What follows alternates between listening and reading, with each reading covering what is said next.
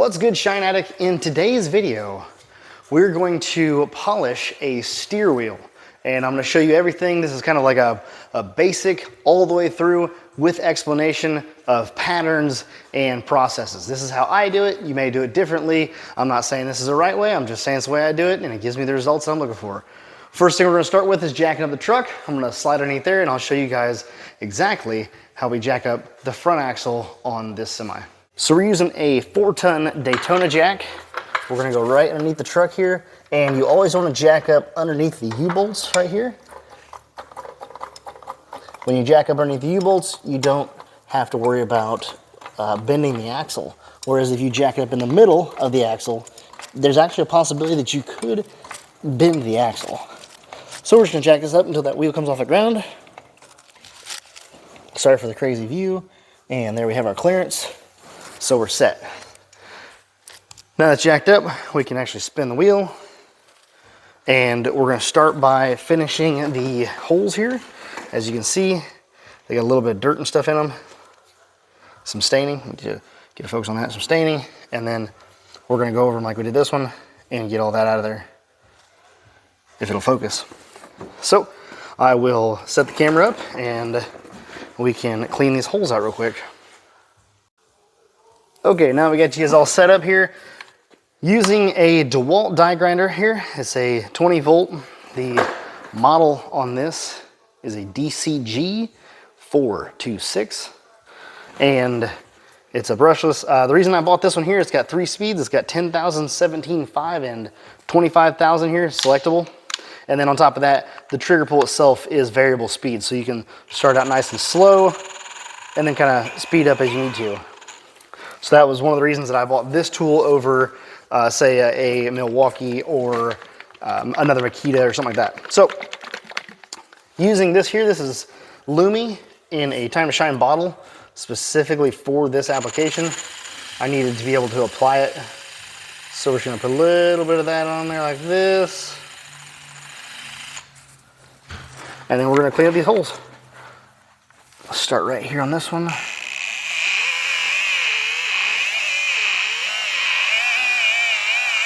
Now these holes are in good shape and don't require a lot of work. They actually come out pretty quick. But if you had a wheel that was in worse shape, you would go with instead of using a foam cone like this, which I purchased these off of Amazon, just cheapy cones. Instead of using a foam cone, I would use a cotton, it's like a cotton buff. It's a sewn drum, basically. It's about 2 inches wide. You can pick them up at Harbor Freight. You can pick them up off of eBay. You can pick them up off of Amazon. They're just a sewn drum with a 1/4 inch shaft.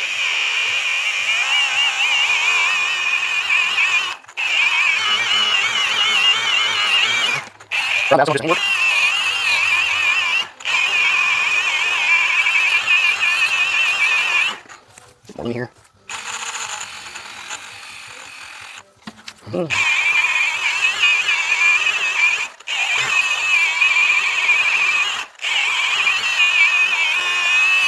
Kind of trying to move around, as you can see me switching angles and stuff like that, trying to move around to get in there and get every spot touched with the cone.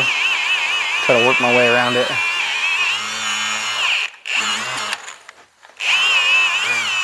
Now you could do this by hand, works just as well. Tooling just a little bit quicker maybe. This is a quarry truck, so it runs through the limestone quarry quite a bit, but if you did need to do it by hand, just grab you a terry towel like this, throw a little bit of Lumi on there, like so. Don't need a lot. Lumi, less is more. And then just kind of go in there like this.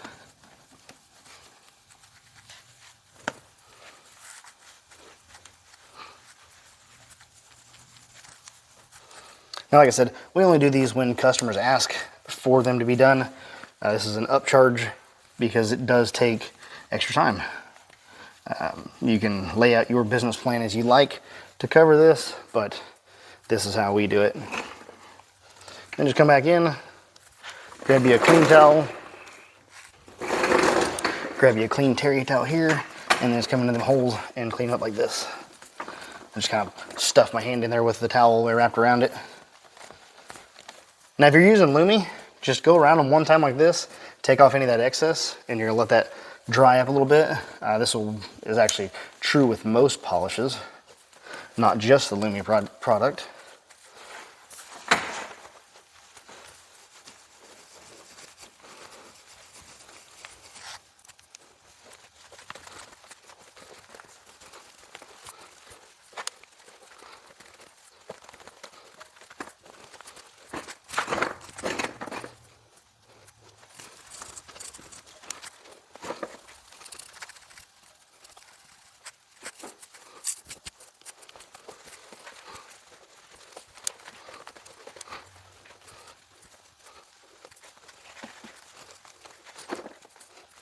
All right, now that you got your holes all cleaned up to your liking, you're ready to start cutting and then buffing this wheel out. I'm gonna grab my gear and we will start that process. Make sure you get some PPE. I get some hearing protection. I got a face mask. Use these when you're buffing. Protect yourself, it's worth it, trust me. Especially if you're gonna do this long term. Next thing you're gonna need is a grinder or a polisher with an orange buff. You could use a yellow buff if they're in good shape like this. I can still use a yellow buff on these if I wanted to, but we're using an orange buff, which is a little bit stiffer, and we're using a brown Tripoli compound. This is our cut compound. This is what we're gonna use on this. If you're using a different manufacturer, your colors may vary. Just make sure you're using your cut compound.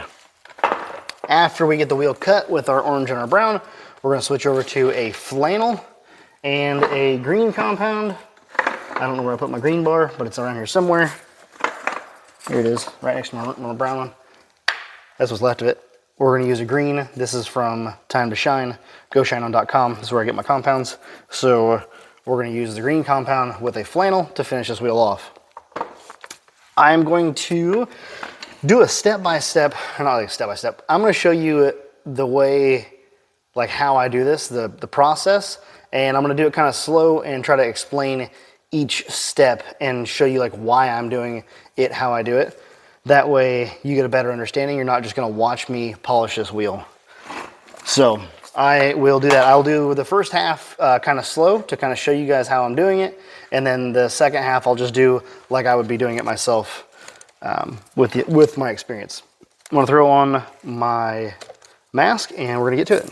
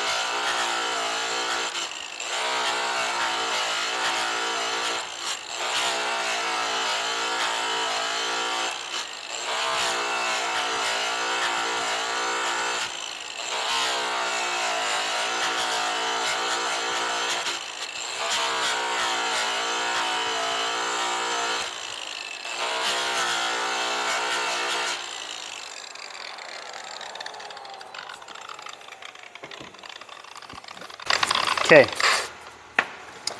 All right, so you saw me going in here. The first thing I cut was here. I just wanted to cut the back side of the lug nut here, just kind of clean this up on the edge. That's something that I do. And then you come in, you can also do that by tipping this buffer real at a good angle like this. You hit here, and then you hit this way. That kind of puts an X inside of here and gets that clean. And then you can just work your way back and forth up between those lug nuts, and that's gonna clean all around that lug nut washer here and get you clean all the way up. Now this is a really clean wheel, I understand that. Basically the same process for a dirty wheel, just take you a little bit more time. Next thing we're gonna do is we're gonna cut like this, and we're gonna cut this thing as it spins, and we're gonna work our way up to right here. Once we get to right here, I like to start at the valve stem. We'll start right here, and then we're gonna work our pattern across here, getting at the edge of these holes and all that stuff. So I'll do that, and then we'll stop again and kind of explain that process and what I'm doing.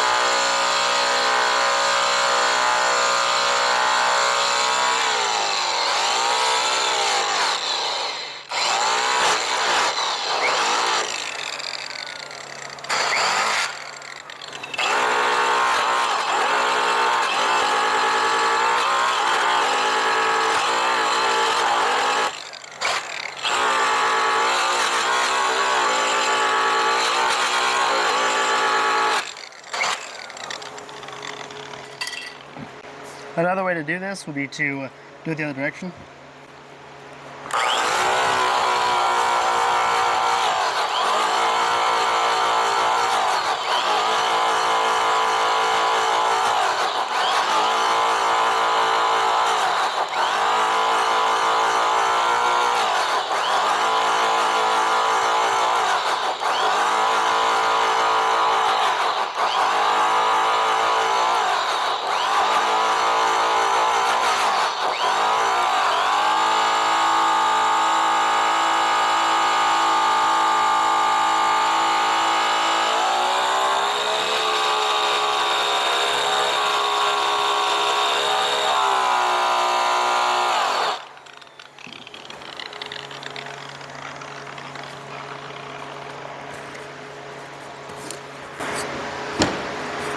So as you can see, I showed you two different methods there.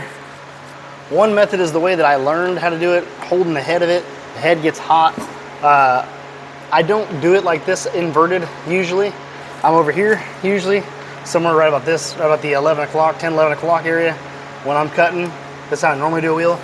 The second method I showed you was how Evan does it, and he holds it by the body.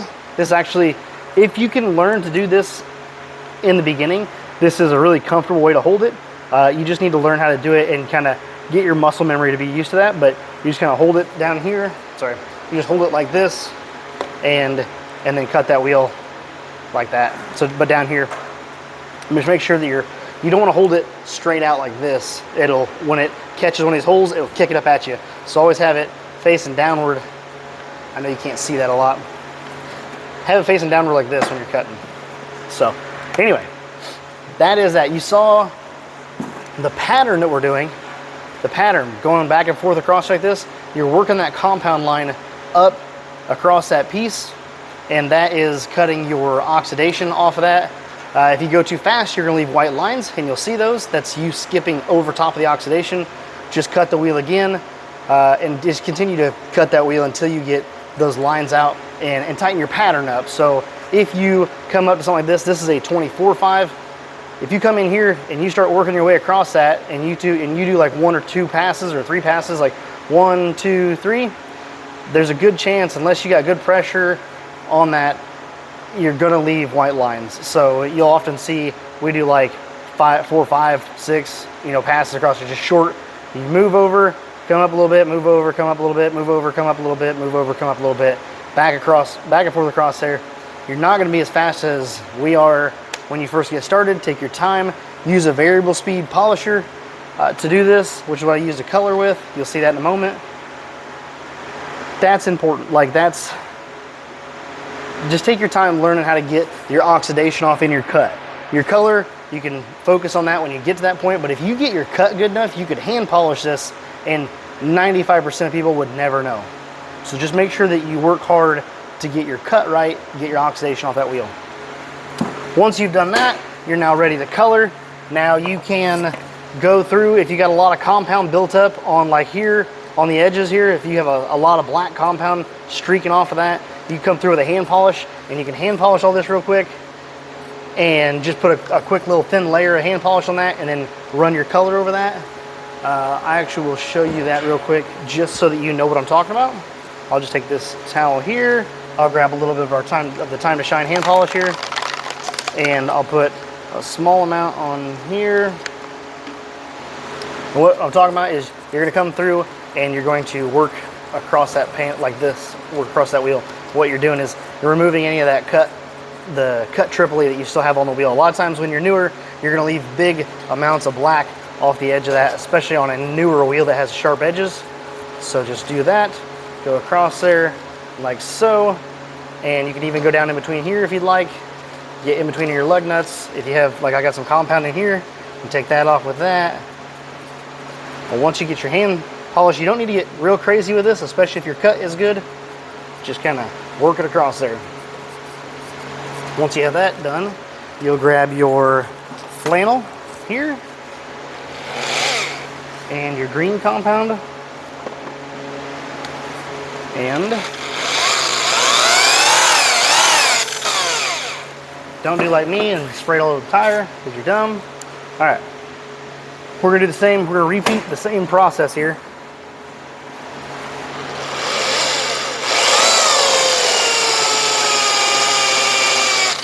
Now on this here, I had this turned up to a 5. We're gonna turn it back down to about a 3.5 on the Makita, which is about 2,000 RPM or so. And we're gonna color it. We're gonna start right here with our valve stem at the top.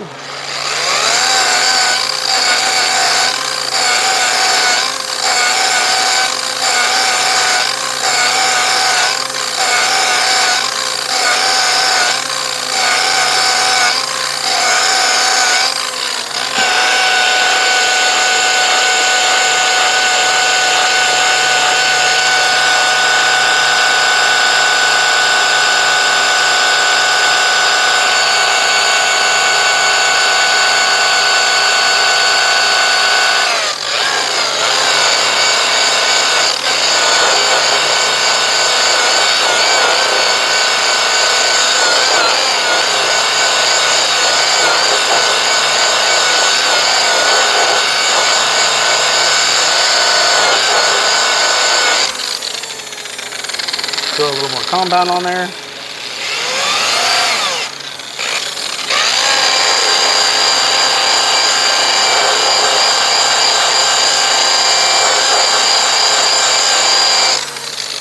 then we're gonna finish on the outer ring.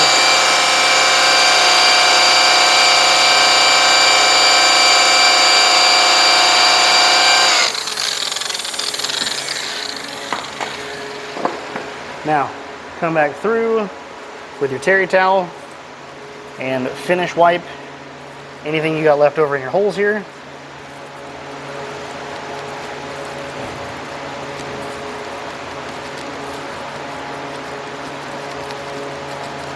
And that'll be complete.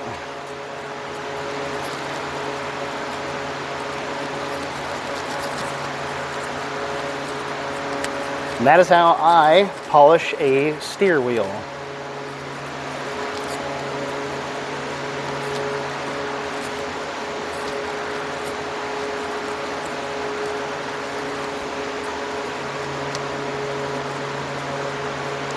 There we go. She's good to go. All cleaned up, polished, ready to roll. Hope you guys enjoyed this video, this tutorial. If you got questions, please leave them below in the comments. If you have suggestions, leave them below in the comments. Like, subscribe, do your thing. Appreciate you watching, and as always, stay grinding.